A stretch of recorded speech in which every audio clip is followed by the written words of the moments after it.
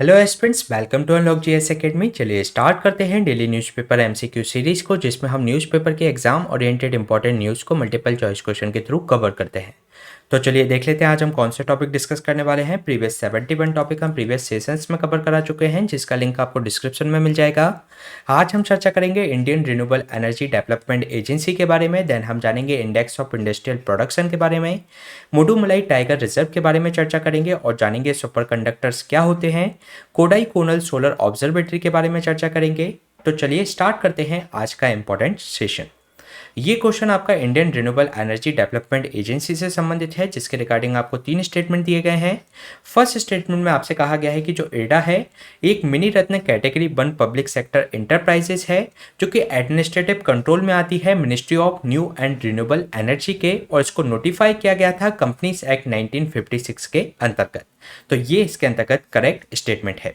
इसके अलावा second statement में जो बात की गई है कि सेबी के द्वारा इसको स्टेटस ग्रांट किया गया है इंफ्रास्ट्रक्चर फाइनेंस कंपनी का, तो ये जो स्टेटस दिया गया है सेबी के द्वारा नहीं बल्कि आरबीआई के द्वारा इसको ये स्टेटस ग्रांट किया गया है।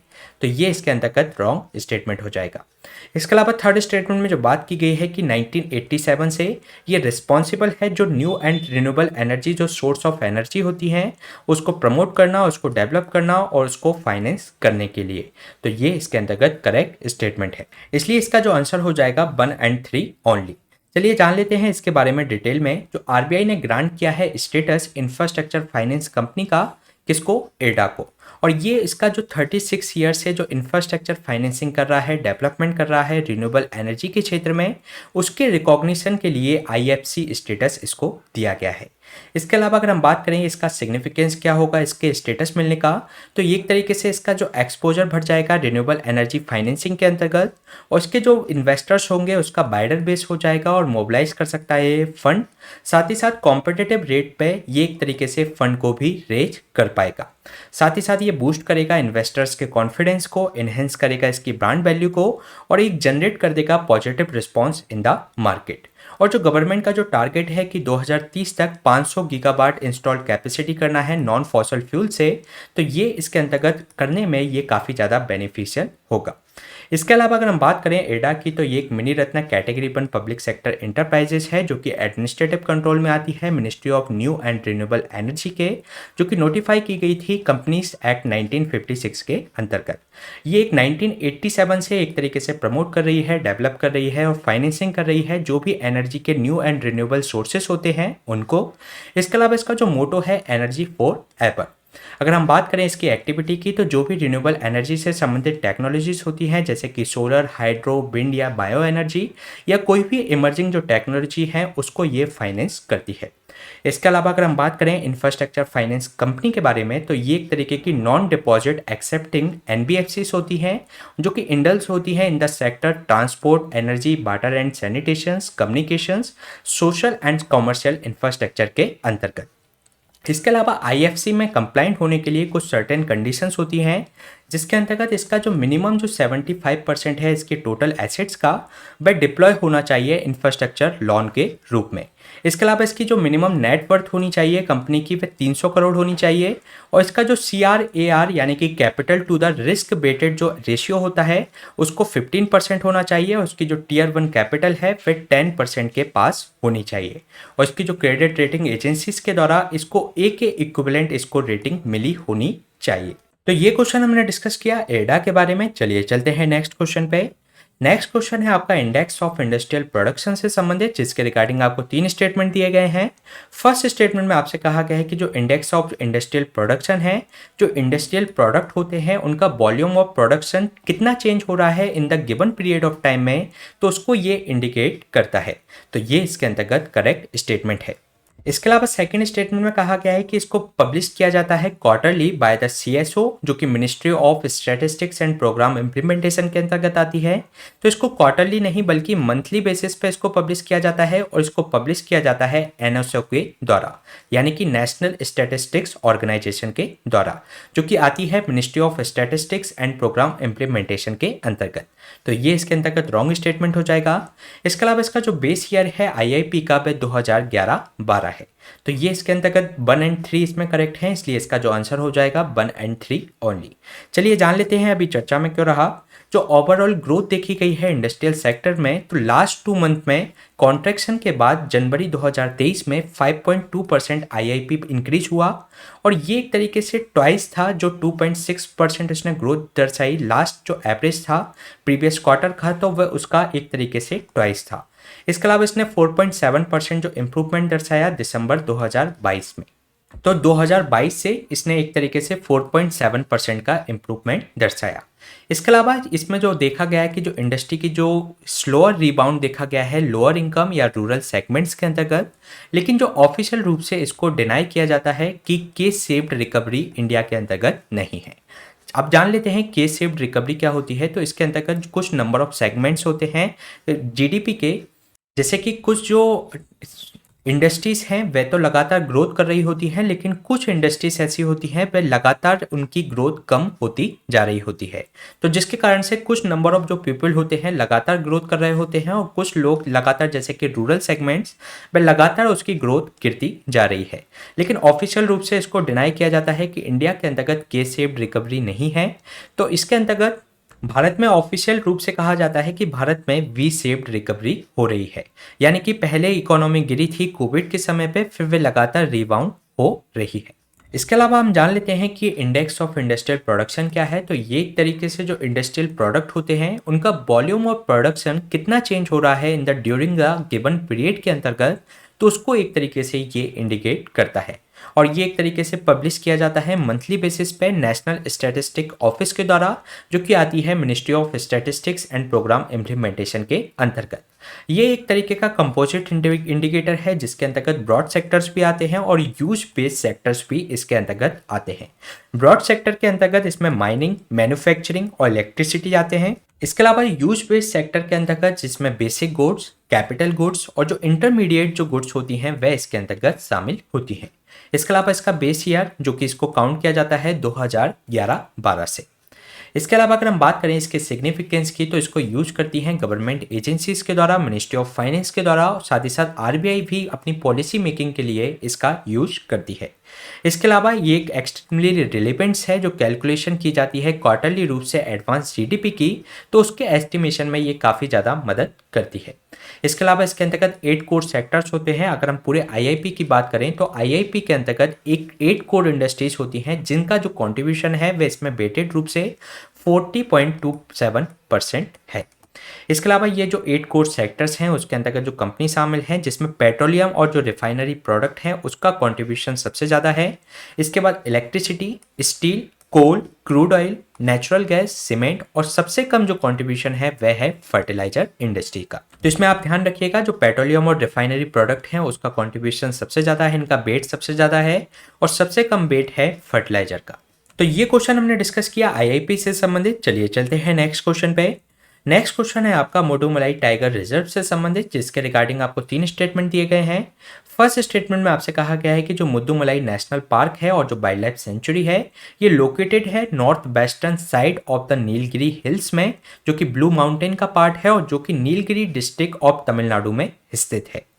तो ये इसके अंतर्गत करेक्ट स्टेटमेंट है, क्योंकि जो मुदुमलाई जो नेशनल पार्क है और जो वाइल्ड लाइफ सेंचुरी है लोकेटेड है जो नॉर्थ वेस्टर्न पार्ट है नीलगिरी हिल्स का, वहां पर ये स्थित है और ये जो कर्नाटक, केरला और तमिलनाडु तीनों राज्यों के अंतर्गत आता है।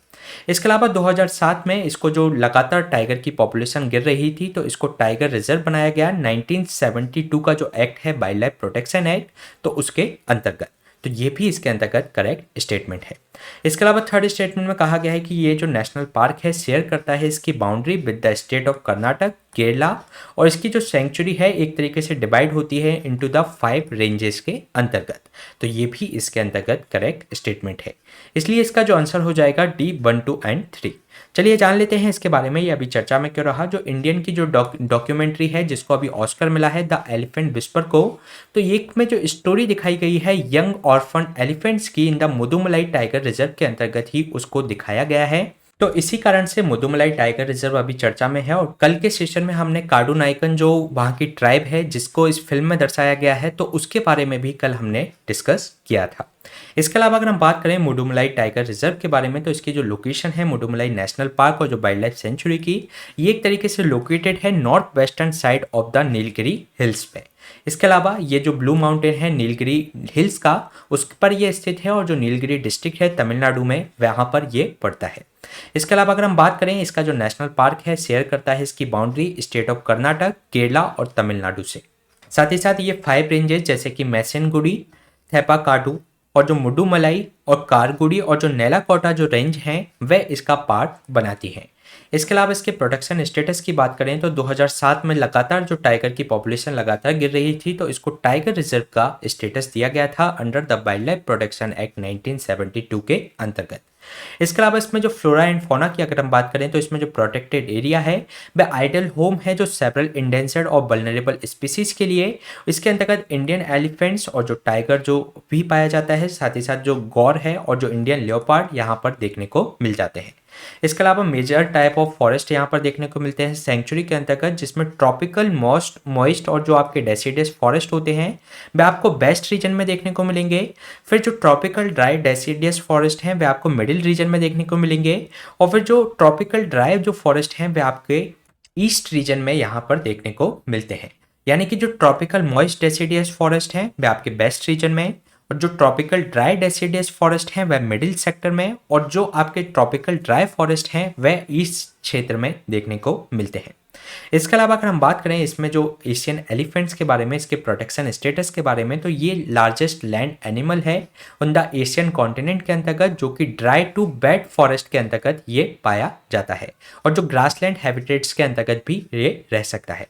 और ये लगभग 13 रेंजेस कंट्री हैं उसके अंतर्गत south and south east Asia के अंतर्गत, तो उसके अंतर्गत ये पाया जाता है।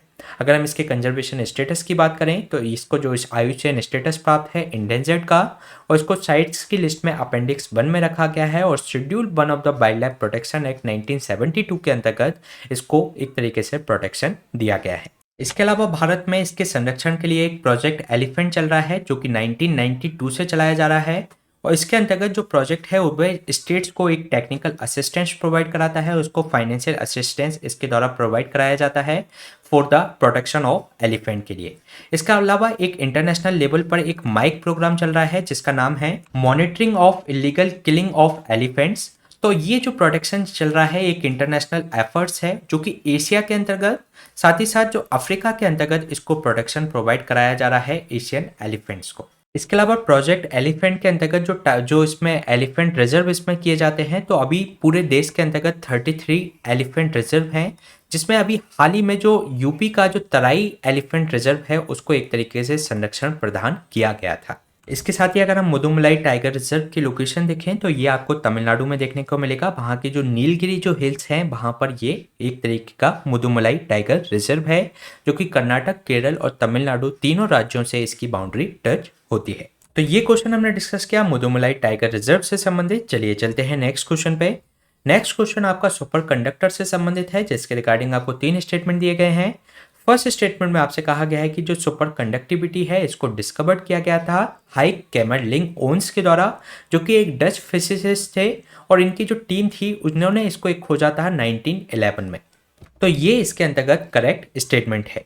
इसके अलावा जो सुपर कंडक्टर्स होते हैं एक तरीके से इसमें जो इलेक्ट्रिसिटी होती है वह जीरो इलेक्ट्रिकल रेजिस्टेंस के द्वारा ये एक तरीके से फ्लो होती है और ये एक तरीके से पसेस कर सकते हैं जो वहाँ की इसमें जो मैसेनर इफेक्ट के द्वारा जो जीरो मैग्नेटिक फील्ड हो जाती है इनसाइड द मटेरियल, तो उसकी एबिलिटी भी सुपर कंडक्टर्स के अंतर्गत आ जाती है। तो इसके अंतर्गत जो सुपर कंडक्टर्स होते हैं उसमें जो इलेक्ट्रिसिटी फ्लो होता है जिसमें रेजिस्टेंस होता है तो वो उस रेजिस्टेंस को इसको जीरो कर दिया जाता है, तो वह सुपर कंडक्टर्स के रूप में काम करने लगता है और ये किसके द्वारा होता है, मैसेनर इफेक्ट के द्वारा होता है। तो ये इसके अंतर्गत करेक्ट स्टेटमेंट है। इसके अलावा यूज ऑफ जो सुपर कंडक्टर्स की अगर हम बात करें तो इसका जो चिप में यूज किया जाता है वह एक ग्रेटर एफिशिएंसी लाता है कंप्यूटर, जिसके द्वारा जो यूज किया जाता है डेटा फॉर्म जो कि करेंटली जनरेट कर सकता है लार्ज अमाउंट ऑफ हीट को। तो इसके अंतर्गत जो अभी हम यूज करते हैं डेटा फर्म के द्वारा यूज किया जाता है, तो इसमें रेजिस्टेंस के कारण काफ़ी ज़्यादा अमाउंट में हीट जनरेट होती है। तो उसको अगर हम सुपर कंडक्टर्स चिप्स का इसमें यूज किया जाएगा तो एक तरीके से बेटर एफिशिएंसी इसके द्वारा दी जा सकती है। तो ये इसका एप्लीकेशन है, तो ये इसके अंतर्गत करेक्ट स्टेटमेंट है। इसलिए इसका जो आंसर हो जाएगा D1, 2 एंड 3। चलिए जान लेते हैं इसके बारे में। ये अभी चर्चा में कर रहा जो साइंटिस्ट हैं यूनिवर्सिटी ऑफ रोचेस्टर के, तो उन्होंने क्लेम किया है कि उन्होंने क्रिएट कर लिया है ऐसा मटेरियल जो कि अचीव कर सकता है सुपर कंडक्टिविटी को एट द रूम टेम्परेचर पर। हालांकि इसके अंतर्गत रूम टेम्परेचर पर एक तरीके के सुपर कंडक्टिविटी अचीव नहीं की जा सकती थी पहले, लेकिन इनका दावा है कि रूम टेम्परेचर पर ये एक तरीके से सुपर कंडक्टिविटी अचीव कर सकते हैं। इसके अलावा इन्होंने जो मटेरियल है उसका नाम है नाइट्रोजन डोप्ड ल्यूटेनियम हाइड्राइड। इसमें आपको ये भी ध्यान रखना है कि जो नाइट्रोजन डोप्ड ल्यूटेनियम जो हाइड्राइड है वे किससे संबंधित है, ये आपसे पूछा जा सकता है कि ये अभी नाइट्रोजन डोप्ड ल्यूटेनियम हाइड्राइड अभी चर्चा में रहा, ये किससे संबंधित है, तो ये किससे संबंधित है, ये सुपर कंडक्टिविटी से संबंधित है। इसके अलावा ये एग्जिबिट करता है सुपर कंडक्टिविटी 21 डिग्री सेल्सियस पर और 10 किलोवाट प्रेशर्स पर ये एक तरीके से सुपर कंडक्टिव बिहेवियर ये दर्शा सकता है। इसके अलावा अगर हम बात करें सुपर कंडक्टिविटी की, तो इसको फर्स्ट टाइम इसको जो हेग कैमरलिंग ओन्स थे उनके द्वारा इसको डिस्कवर किया गया था 1911 में। और इसको जो उन्होंने फाउंड किया था मरकरी के अंतर्गत इन्होंने फाउंड किया था, जिसके अंतर्गत उन्होंने जीरो इलेक्ट्रिकल रेजिस्टेंस किया था और इन्होंने ये अचीव कर पाए थे ये 4.12 डिग्री केल्विन यानी कि -269 डिग्री सेल्सियस। यानी कि जो NdLH है वह 21 डिग्री सेल्सियस पर सुपर कंडक्टिव बिहेवियर दिखा रहा है, जबकि जो मरकरी में देखा गया था वह -269 डिग्री सेल्सियस पर यह बिहेवियर दिखाया था इसने। इसके अलावा जो सुपर कंडक्टर्स हैं एक तरीके से कैरी करते हैं इलेक्ट्रिसिटी, जीरो इलेक्ट्रिकल रेजिस्टेंस इसके अंतर्गत हो जाता है और इसमें जो एबिलिटी होती है जैसे कि जो मेसनर इफेक्ट के अंतर्गत जो इंटरनल जो उसके अंतर्गत जो मैग्नेटिक फील्ड होती है वह जीरो हो जाती है, जिसके कारण से उसमें रेजिस्टेंस नहीं रहता। तो इसको परचेस करने की इसमें एक तरीके से एबिलिटी होती है। इसके अलावा अगर हम बात करें इसके एडवांटेज के उसके सुपर कंडक्टिविटी के, तो एक तरीके से जो इलेक्ट्रिसिटी ट्रांसमिशन करने में जो लॉसेस होते हैं जब उसको वायर एंड केबल से हम जब इलेक्ट्रिसिटी को ट्रांसफ़र करते हैं तो एक तरीके से उस समय कई सारे ANT लॉसेस होते हैं, तो उसको रोकने में ये काफ़ी ज़्यादा सहायक हो सकता है। इसके अलावा जो बड़ी बड़ी डेटा फर्म्स हैं तो वो कंप्यूटर का जो यूज़ करते हैं, तो कंप्यूटर का यूज़ करने के दौरान लार्ज अमाउंट में हीट जनरेट होती है, तो उसको रोकने के लिए अगर हम सुपर कंडक्टिंग चिप का उसमें यूज करेंगे तो वह जो उसमें जो इफिशियंसी है वह इंक्रीज हो जाएगा, क्योंकि उसके अंतर्गत जो रेजिस्टेंस है वह इसके अंतर्गत जीरो हो जाएगा, जिसके कारण से ये एक बेहतर तरीके से इफेक्टिवली वर्क कर पाएगा। इसके अलावा अगर हम बात करें मेसिनर इफेक्ट के बारे में, तो जब सुपर कंडक्टर को उसके जो काफ़ी कम टेम्परेचर पर पहुंचाया जाता है तो उसके अंतर्गत एक क्रिटिकल टेम्परेचर से नीचे पहुंचाया जाता है, तो उसमें एक मेसिनर इफेक्ट इसके अंतर्गत जनरेट होता है। इसके अंतर्गत होता है क्या है कि एक मैग्नेटिक फील्ड इजेक्ट होती है और ये जो मैग्नेटिक फील्ड होती है वह मटेरियल के अंतर्गत जो मैग्नेटिक फील्ड होती है उसको एक तरीके से नलीफाई कर देती है, और जो वह मटेरियल होता है वह मेसिनर स्टेट में पहुंच जाता है। मेसिनर स्टेट वह उस तरीके से हम समझ सकते हैं कि जो सुपर कंडक्टर है उसके अंतर्गत कोई भी मैग्नेटिक फील्ड इसके अंतर्गत नहीं है। इसके अलावा जो मैग्नेटिक फील्ड है एक तरीके से उसमें अप्लाइड की जाती है, काफ़ी जो मैसिनर जो स्टेट है वह उसको डिसइंटीग्रेट कर सकती है, तो इसके अंतर्गत उसको जीरो रेजिस्टेंस के रूप में लाने के लिए इसमें मैग्नेटिक फील्ड समाप्त कर दी जाती है। तो इस प्रकार से ये सुपर कंडक्टिंग बिहेवियर एक तरीके से दर्शाने लगता है। तो इसके अंतर्गत ये इसके एडवांटेज आपके लिए एग्जाम पॉइंट ऑफ व्यू से काफ़ी ज़्यादा इंपॉर्टेंट है। इसके अलावा आपको ये ध्यान होना चाहिए कि मेसिनर इफेक्ट सुपर कंडक्टिविटी से संबंधित है। इसके अलावा जो ये मटेरियल है उसको भी आपको ध्यान रखना है, नाइट्रोजन डोप्ड ल्यूटेनियम हाइड्राइड, तो ये किससे संबंधित है, ये आपका सुपर कंडक्टिव से संबंधित है। इसके अलावा ये हमने बात किया सुपर कंडक्टर से संबंधित। चलिए चलते हैं नेक्स्ट क्वेश्चन पे। नेक्स्ट क्वेश्चन है आपका कोडाई कोनल सोलर ऑब्जर्वेटरी से संबंधित, जिसके रिगार्डिंग आपको दो स्टेटमेंट दिए गए हैं।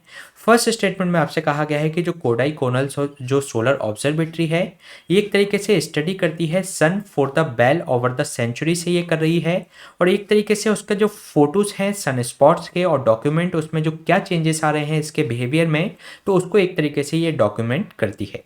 तो ये इसके अंतर्गत करेक्ट स्टेटमेंट है। इसके अलावा जो सोलर ऑब्जर्वेटरी है इसको एक तरीके से डिसाइड किया गया था बिल्ड करने के लिए 1893 में, एंड कोडाई कोनल इसके अंतर्गत सिलेक्ट किया गया क्योंकि इसकी लो एल्टीट्यूड है और साथ ही साथ इसकी क्लीन सराउंडिंग्स है। तो ये इसके अंतर्गत रॉन्ग स्टेटमेंट है क्योंकि इसको 1893 में इसको बिल्ड करने के लिए इसलिए इसको चूज किया गया था क्योंकि इसका हायर एल्टीट्यूड है और इसकी जो सराउंडिंग्स है वह काफ़ी ज़्यादा क्लीन है, तो वहाँ पर ऑब्जर्वेशन ठीक तरीके से किए जा सकते हैं सोलर सन स्पॉट्स के। तो ये इसके अंतर्गत रॉन्ग स्टेटमेंट हो जाएगा, इसलिए इसका जो आंसर होगा A1 ओनली। चलिए जान लेते हैं इसके बारे में, ये अभी चर्चा में क्यों रही। जो कोडाई कोनल जो सोलर ऑब्जर्वेटरी है ये एक तरीके से विद इन अ सेंचुरी यानी कि ओवर अ सेंचुरी ये एक तरीके स्टडी कर रही है सन को, जो कि फोटोज लेती है इसके सन स्पॉट्स के और जो डॉक्यूमेंट करती है इसके अंतर्गत किस तरीके का बिहेवियर चेंज हो रहा है, तो उसको एक तरीके से डॉक्यूमेंटेशन इसके द्वारा किया जाता है। एक इसके अगर हम बैकग्राउंड की बात करें तो जो एस्ट्रोनॉमर थे नॉर्मन पैक्सन, तो उन्होंने एक तरीके से अपॉइंट किया गया था उनको गवर्नमेंट एस्ट्रोनॉमर के रूप में मद्रास ऑब्जर्वेटरी के अंतर्गत इन 1861 में, जो कि हु ओरिजिनली जो कि सजेस्ट किया कि एक तरीके से वहाँ के जो फोटोज हैं सन के 20 इंच टेलीस्कोप से वह लेते थे। इन 1786 में जो ब्रिटिश ईस्ट इंडिया कंपनी थी वह ऑफिशियली वह फाउंड हुई मद्रास ऑब्जर्वेटरी, जिन्होंने एक तरीके से एक पर्सनल ऑब्जेक्ट के रूप में इसको फाउंड किया और इसका जो ऑब्जर्वेटरी थी वह इसके अंतर्गत कॉरपोरेशन के रूप में बदल गई। इसके अंतर्गत जो सोलर जो ऑब्जर्वेटरी थी इसको जो बिल्ड किया गया है 1893 में कोडाई कोनल में, क्योंकि यहाँ का जो हाई एल्टीट्यूड है और जहाँ की जो क्लीन सराउंडिंग्स है इसके कारण से इस प्लेस को चुना गया। और जो कोडाई कोनल है एक तरीके से वहाँ के जो पर्सनल और जो टूल हैं फ्रॉम द एग्जिस्टिंग जो मद्रास की जो ऑब्जर्वेटरी से वहाँ से लाए गए, और जो सोलर फिजिक्स जो ऑब्जर्वेटरी थी सब्सिक्वेंटली इसको जाना जाने लगा कोडाई कोनल सोलर ऑब्जर्वेटरी के रूप में, जो कि 1899 में इसको फाउंड किया गया। इसके अलावा अगर हम बात करें इसके द्वारा करेंट रिसर्च क्या क्या किए गए हैं इस ऑब्जर्वेटरी के द्वारा, तो ये ऑब्जर्वेशन करती है, एनालिसिस करती है क्या मॉर्फोलॉजिकल चेंजेस आए हैं एक्टिव जोन्स के अंतर्गत, साथ ही साथ उनके जो कनेक्शंस हैं ट्रांजिटरी जो कि इवेंट्स लाइक जैसे कि सोलर फ्लेयर्स की घटना होती हैं तो उससे उसका क्या संबंध है एक तरीके से ऑब्जर्व करने का प्रयास करती है। इसके अलावा वेक्टर जो मैग्नेटिक फील्ड मेजरमेंट करती है, इक्वेटोरियल आयोनोस्फीयर स्पेक्ट्रम डायनेमिक्स, साथ ही साथ सोलर एंड प्लेनेटरी जो वेरिएबिलिटीज हैं उसको एक तरीके से करने का ये प्रयास करती है। तो जो सोलर के अंतर्गत क्या क्या चेंजेस आ रहे हैं उसको ये फाइंड आउट करने का ये प्रयास करती है, ऑब्जर्वेशन करने का प्रयास इसके द्वारा किया जाता है। इसके अलावा अगर हम बात करें सन स्पॉट की, तो सन स्पॉट ये आपका एक पूरी ये फोटोस्फीयर है और इसमें ये आपको जो काला सा जो धब्बा दिख रहा है ये सन स्पॉट के रूप में जाना जाता है। ये अगर हम इसको ही देखेंगे तो ये एक तरीके से इस तरीके से दिखाई देता है, जिसके अंतर्गत जो ब्लैक वाला स्पॉट है वह अम्ब्रा कहा जाता है और ये घिरा होता है निम्ब्रा से। अगर हम बात करें सन स्पॉट के बारे में, तो जो सन स्पॉट होता है लगभग जो 50,000 किलोमीटर का जो डायमीटर होता है इन सन स्पॉट्स का, ये आपको काफ़ी छोटे दिख रहे हैं लेकिन ये लगभग 50,000 किलोमीटर तक के डायमीटर के हो सकते हैं। ये एक तरीके के डार्क दिखते हैं और जो इसमें जो सरफेस ऑफ द सन है जो फोटोस्फीयर, तो उस पर ये काले धब्बे के रूप में दिखाई देते हैं। और ये काले इसलिए दिखाई देते हैं क्योंकि ये जो आसपास की सरफेस जो है फोटोस्फीयर है उससे ये कम तापमान पर होते हैं, यानी कि जो सन की सरफेस है उससे ये कूलर होते हैं। साथ ही साथ इनका जो टेम्परेचर है सन स्पॉट का ये काफ़ी ज़्यादा हाई होता है लेकिन जो आसपास से वह काफ़ी कम होता है। इसके अलावा जो फोटोस्फीयर है एक तरीके की जो विजिबल सरफेस होती है सन की, जिसके अंतर्गत जो हम जो अर्थ पर जो सनलाइट देखने को मिलती है तो वह फोटोस्फीयर से ही आती है। इसके अलावा ये रिलेटिवली कूल होते हैं क्योंकि इसके अंतर्गत जो मैग्नेटिक फील्ड होती है काफ़ी ज़्यादा स्ट्रांग होती है जो कि लाइट को ऊपर नहीं आने देती, और इसके अंतर्गत जो हीट होती है उसको ट्रैप कर लेती है मैग्नेटिक फील्ड के अंतर्गत, तो जिसके कारण से ये कूलर होते हैं। इसके अलावा इसमें जो मैग्नेटिक फील्ड होती है ये 2,500 टाइम्स स्ट्रांग होती है अर्थ के मैग्नेटिक फील्ड से। इसके अलावा ये टिपिकली कंसिस्ट करती है डार्क रीजन जिसको अम्ब्रा, जैसे कि हमने अभी बात की अम्ब्रा रीजन, और उसका जो आसपास का जो रीजन होता है उसको न्यूम्ब्रा कहा जाता है। ये एवरेज जो सोलर साइकिल्स होती हैं नंबर ऑफ सन स्पॉट्स के अंतर्गत वह इंक्रीज और डिक्रीज होते रहते हैं। इसके अंतर्गत जो सोलर साइकिल्स होती हैं वह 11 साल की होती हैं, जो कि सबसे पहले अगर हम बात करें तो जो 2008 में अभी रिसेंटली सोलर साइकिल इसके अंतर्गत स्टार्ट हुई थी। इसके अलावा अगर हम बात करें सोलर साइकिल के बारे में, तो जो सन है काफ़ी बड़ा जो ball of electricity charge of hot gases है और इसमें जो चार्ज जो गैसेस हैं एक तरीके से मूव करती हैं, जनरेट करती हैं पावरफुल मैग्नेटिक फील्ड को। और जो सन की जो मैग्नेटिक फील्ड है एक तरीके से साइकिल के रूप में चलती है और जिसको सोलर साइकिल इसके अंतर्गत कहा जाता है। हर 11 साल में ये सोलर साइकिल चलती है और इसकी जो सन की जो मैग्नेटिक फील्ड होती है कंप्लीटली पूरी तरीके से चेंज हो जाती है। यानी कि इसके अंतर्गत जो नॉर्थ होगा वह साउथ में चेंज हो जाएगा और जो साउथ होगा वह नॉर्थ में चेंज हो जाता है। इसके अलावा ये जो सोलर साइकिल होती है, जो सन की जो एक्टिविटी होती है उसकी सरफेस पर, तो उसको भी एक तरीके से ये प्रभावित करती है। इसके अलावा ये जो इसमें दो स्थितियां होती हैं, एक होता है सोलर मिनिमम और एक होता है सोलर मैक्सिमम। सोलर मिनिमम के अंतर्गत जो इसमें जो सोलर स्पॉट्स होते हैं उसकी नंबर ऑफ काउंट्स के द्वारा हम देख सकते हैं कि वह सोलर मिनिमम की स्थिति में है या सोलर मैक्सिमम की स्थिति में है। जब बिगनिंग होती है सोलर साइकिल की तो वह सोलर मिनिमम की स्थिति में होती है, यानी कि जो उसमें जो सन स्पॉट्स होते हैं वह काफ़ी कम होते हैं। और जैसे जैसे ये साइकिल आगे बढ़ती जाती है तो ये जो सोलर इसके अंतर्गत जो सन स्पॉट्स होते हैं वे उनके नंबर्स लगातार बढ़ते जाते हैं। और इसके अंतर्गत जब मिडिल जब में आता है यानी कि जो 11 साल के मिडिल में आता है तो इसके अंतर्गत जो वह सोलर मैक्सिमम की स्थिति में पहुंच जाता है, यानी कि इसके अंतर्गत जो सन स्पॉट्स होते हैं वह उनकी जो संख्या होती है सबसे ज़्यादा होती है। फिर इस साइकिल के अंतर्गत सोलर मैक्सिमम पर पहुंचने के बाद ये फिर से फेड होने लगते हैं और फिर सोलर मिनिमम की स्थिति में पहुंच जाते हैं। तो इस तरीके से 11 साल में ये पूरी तरीके से ये पूरी सोलर साइकिल कंप्लीट होती है। यानी कि सबसे पहले सोलर मिनिमम की स्थिति में होगा, फिर सोलर मैक्सिमम में जाएगा जहां पर सन स्पॉट सबसे ज़्यादा होंगे और फिर सोलर मैक्सिमम से ये फिर से फेड होता जाएगा और फिर जो सन स्पॉट सबसे कम हो जाएंगे फिर सोलर मिनिमम की स्थिति में ये पहुंच जाता है। तो ये जो 2008 में ये देखा गया था सोलर मिनिमम की स्थिति में, तो तब से 11 साल की स्थिति में ये एक तरीके से सोलर साइकिल हमें देखने को मिली थी। तो ये क्वेश्चन हमने डिस्कस किया कोडाई कोनल सोलर ऑब्जर्वेटरी के बारे में। इसी तरीके के सेशन हम आपके बीच में लाते रहेंगे। आप हमसे इस टेलीग्राम चैनल से भी जुड़ सकते हैं। Please stay tuned, subscribe unlock GS academy. Thank you.